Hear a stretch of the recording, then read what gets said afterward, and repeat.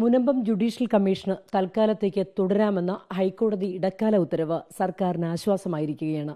Munambam judicial commission justice CN Ramachandran Nair നമുക്കൊപ്പം ചേരുന്നു. എങ്ങനെ കാണുന്നു ഈ വിധിന്യായത്തെ?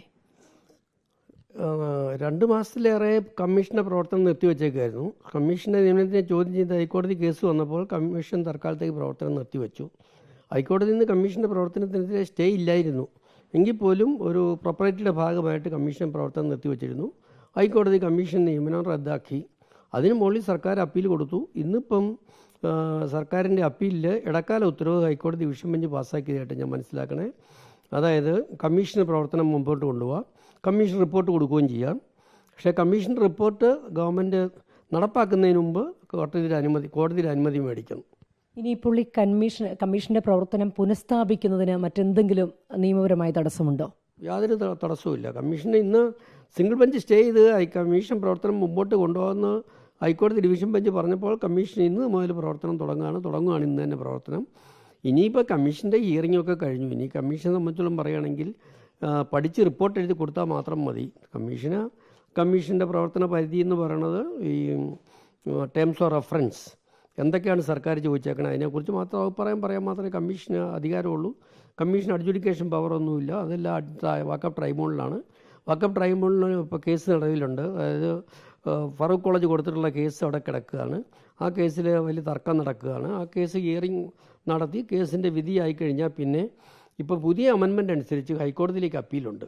അപ്പോൾ ആ അപ്പീലും കഴിഞ്ഞ് മാത്രമേ സുപ്രീം കോടതി പോകേണ്ട ആവശ്യമുള്ളൂ. അതുകൊണ്ട് ഒരു പരിധി വരെ ഒരു ഹൈക്കോടതി റിവ്യൂ ഉണ്ട് അപ്പീലിൽ.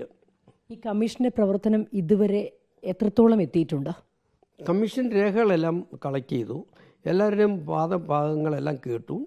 ഇനി കമ്മീഷനെ സംബന്ധിച്ചോളം പറയുകയാണെങ്കിൽ ഗവൺമെൻറ്റിൻ്റെ അധികാരത്തിൻ്റെ പരിധിക്ക് ഉള്ളിൽ നിന്നുകൊണ്ട് ഏത് രീതി ഗവൺമെൻറ്റിനെ ഇവരെ സംരക്ഷിക്കാൻ സാധിക്കും.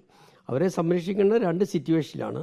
ഒന്ന്, വഖഫിന് അനുകൂലമായിട്ട് വിധി വരികയാണെങ്കിൽ ഗവൺമെൻറ് എന്ത് ചെയ്യാനൊക്കെ അവരെ സംരക്ഷിക്കാൻ. പിന്നെ വഖഫിനെതിരായിട്ട് വിധി വരികയാണെങ്കിൽ അവരെ സംരക്ഷിക്കപ്പെടേണ്ട ആവശ്യമില്ല ഗവൺമെൻറ്. കാര്യം വെച്ചാൽ അവർ സംരക്ഷിക്കപ്പെട്ടു ഓൾറെഡി. അപ്പോൾ വഖഫിന് അനുകൂലമായിട്ട് വിധി വഖഫ് ട്രൈബ്യൂണലും ഹൈക്കോടതിയൊക്കെ വിധിച്ചിട്ടുണ്ടെങ്കിൽ ഏത് രീതിയിൽ ഗവൺമെൻറ് അവരെ സംരക്ഷിക്കാം എന്നുള്ളതിനെക്കുറിച്ചായിരിക്കും കമ്മീഷൻ പ്രധാനമായിട്ടും പരിഗണിക്കുന്നതും ഗവൺമെൻറ്റിന് റിപ്പോർട്ട് കൊടുക്കുന്നതും. ഈ കമ്മീഷന്റെ പ്രവർത്തനം ഇതുവരെ മുന്നോട്ട് പോയപ്പോൾ മുഴുവൻ ആളുകളിൽ നിന്നും, ഇതിൽ കക്ഷികളായ മുഴുവൻ ആളുകളിൽ നിന്നും മൊഴിയെടുക്കാനായിട്ടുണ്ടോ? അല്ല, എല്ലാവരുടെയും മൊഴിയെടുക്കേണ്ട ആവശ്യമൊന്നുമില്ല. എല്ലാം സിമിലർ കേസുകളാണ്. ഈ വഖഫ് ക്ലെയിമിനെ സംബന്ധിച്ചോളം പറയുകയാണെങ്കിൽ വഖഫിൻ്റെ ക്ലെയിം സിദ്ദിഖ് സേട്ടിൻ്റെ ഗിഫ്റ്റീഡ് വഖഫ് ഡീഡാണെന്നാണ് വാദം. ആ വാദം ശരിവയ്ക്കുകയാണെങ്കിൽ അത് ശരിവെക്കേണ്ടത് അംഗീകരിക്കേണ്ടതോ വഖഫ് ട്രൈബ്യൂണലാണ്. അപ്പം ഏത് രീതിയിൽ ആ വിധി വരും, ആ വിധിയെ ആശ്രയിച്ച് ഗവൺമെൻറ് എന്ത് തീരുമാനിക്കണം എന്നുള്ളത് മാത്രമേ കമ്മീഷന് പറയാനൊക്കുള്ളൂ. ഈ കമ്മീഷൻ പ്രവർത്തനം ആരംഭിച്ച സമയം മുതൽ അങ്ങ് പറയുന്നുണ്ട് ആർക്കും വിഷമിക്കേണ്ടി വരില്ല, ഭൂമി വിട്ട് ഇറങ്ങിപ്പോകേണ്ട സാഹചര്യം വരില്ല എന്ന്. ആ ആത്മവിശ്വാസം ഇപ്പോഴും പുലർത്താൻ കഴിയുന്നുണ്ടോ? അല്ല, മുനമ്പത്തെ സ്ഥിരം വാസികളെ, ജനങ്ങളെ സംരക്ഷിക്കുകയാണ് ഗവൺമെൻറ്റിൻ്റെ ഉദ്ദേശം. ഗവൺമെൻറ്റിൻ്റെ അധികാരം പ്ലീനറി പവേഴ്സാണ് ലാൻഡിനെ സംബന്ധിച്ചോളം. ഗവൺമെൻറ്റിന് വേണ്ടി വന്നാൽ ലാൻഡ് ഏറ്റെടുക്കാൻ വരെ അധികാരമുണ്ട്. അപ്പോൾ ഗവൺമെൻറ്റിൻ്റെ നിയമത്തിലുള്ള അധികാരം, നിയമനിർമ്മാണത്തിനുള്ള അധികാരം, അതെല്ലാം മുൻഗണന കൊടുത്താണ് കമ്മീഷൻ റിപ്പോർട്ട് കൊടുക്കാൻ പോണേ. ഗവൺമെൻറ്റിൻ്റെ ഉദ്ദേശം തന്നെ ജനങ്ങളെ സംരക്ഷിക്കുക എന്നുള്ളതാണ്. ജനങ്ങളെ സംരക്ഷിക്കാൻ ഏത് രീതിയിൽ ഗവൺമെൻറ് എന്തെല്ലാം ചെയ്യണം ഒക്കും അവർ ബുദ്ധിമുട്ടിലാകുകയാണെങ്കിൽ, വഖഫ് വിധികൾ അവർക്ക് അനുകൂലമായിട്ട്, വഖഫിന് അനുകൂലമായിട്ട് വിധി വരികയാണെങ്കിൽ ഗവൺമെൻറ് അവരെ എങ്ങനെ സംരക്ഷിക്കാൻ സാധിക്കും എന്നുള്ളതാണ്. അപ്പോൾ അതിനാദ്യമായിട്ടും ഭരണഘടന അനുസരിച്ചും നിയമം അനുസരിച്ചും ഗവൺമെൻറ്റിൻ്റെ അധികാരങ്ങൾ കമ്മീഷൻ പരിശോധിക്കും. ഗവൺമെൻറ് നിയമനിർമ്മാണത്തിന് അധികാരമുണ്ട്. ലാൻഡിനെ സംബന്ധിച്ചിടത്തോളം സംസ്ഥാന ഗവൺമെൻറ്റിനാണ് അൾട്ടിമേറ്റ് അധികാരം ഭരണഘടനയിൽ. അതുകൊണ്ട് ഗവൺമെൻറ് ഏത് രീതിയിൽ അവരെ സംരക്ഷിക്കാൻ സാധിക്കും എന്നുള്ളതിനെ എക്സാമിൻ ചെയ്ത് അത് ശുപാർശ ചെയ്യും. ഇത് ഇടക്കാല ഉത്തരവാണല്ലോ, അപ്പോൾ ഇതിൻ്റെ വിധി വരുന്നത് കമ്മീഷൻ്റെ പ്രവർത്തനത്തെ സംബന്ധിച്ചോളം ഉത്തരവ് ഇടക്കാലമല്ല. ഉത്തരവ് കമ്മീഷനെ സംബന്ധിച്ചോളം ഫൈനലാണ്. കാര്യം വെച്ചാൽ ഈ ഇൻട്രീം ഓർഡർ കോംപ്രിഹെൻസീവ് ആണ്. ഇൻട്രീം ഓർഡർ പറഞ്ഞേക്കുന്നത് കമ്മീഷൻ റിപ്പോർട്ട് ഫയൽ ചെയ്യാവുന്നതാണ്. പക്ഷേ റിപ്പോർട്ട് നടപ്പാക്കാൻ ഗവൺമെൻറ്റിനാണ് കോടതി കണ്ടീഷൻ ചെയ്തേക്കണേ. കോടതി പറഞ്ഞേക്കണേ റിപ്പോർട്ട് നടപ്പാക്കുന്നതിന് മുമ്പായിട്ട് ഗവൺമെൻറ്റിൻ്റെ അനുവാദം മേടിക്കണം.